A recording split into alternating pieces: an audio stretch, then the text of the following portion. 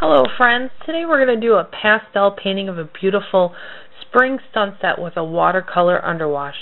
Now the watercolor underwash is going to give you a 3D effect.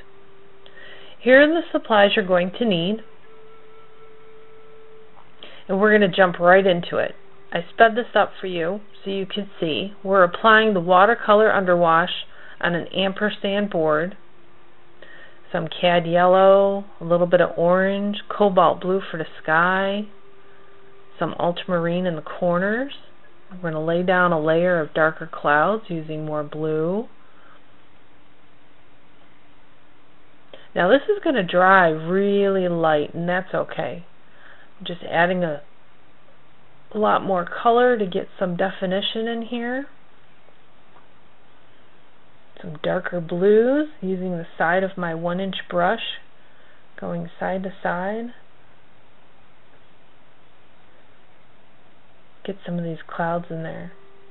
I'm going to add a lot of dark colors in the grass in the field there. This is at night, so you're not going to really see a lot of definition. You see that vertical line? That's a default in the board, but that's okay. We're going to cover it up later. A lot of nice dark color here, nice dark blues.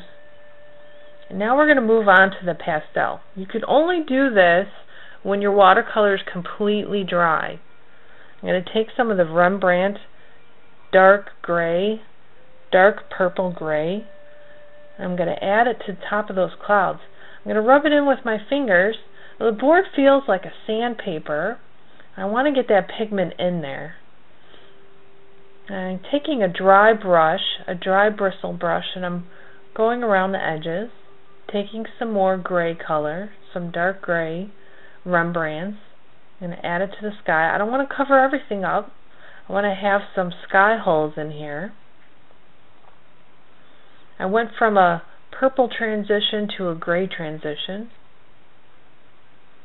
And here I'm going to take some Rembrandt peach. I'm going to touch the edges of the clouds. This is where the sun is going to start to define where the bottom of those clouds are. A nice lighter color. Some peach. Here and there, I don't want to cover the whole thing. I'm taking a lighter gray and I'm hitting the tops of the clouds closest to the top of the board. Taking my dry brush and smoothing the edges of the clouds. It really helps when you have pigment that is falling away to smooth it out with that brush. I'm going to apply some dark color on the field.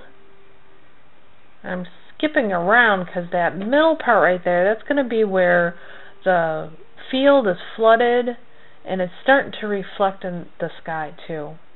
I was on my way to Springfield and I saw all this beautiful farm country and had lots of flooded areas, and the sky was reflecting. Now the pond there, or the flooded field, is going to reflect the sky, but it's not going to be as brilliant. It's not going to be as bright. It's going to be kind of subtle. So I'm still using Rembrandts. Rembrandts are harder pastel. Now I'm taking some Unison.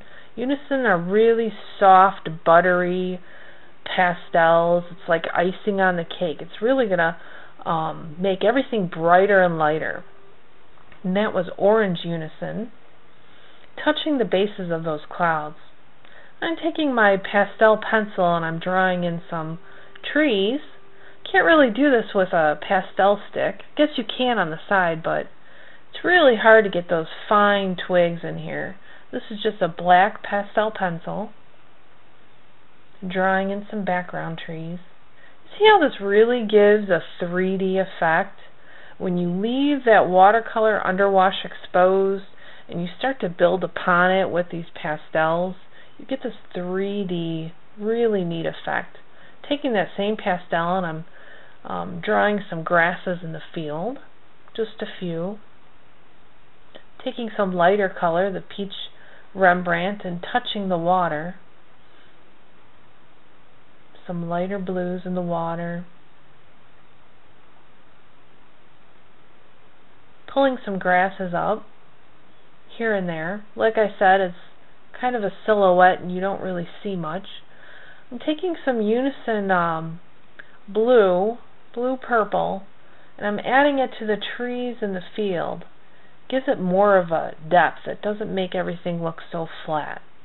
You still can't really see a lot of color in the field, but at night you do see these blues and purples pop out. Defining some blades of grass, just a few. And with some peach Rembrandt, I'm pulling out some more blades of grass. In the front, just a few, to give it more depth and more definition.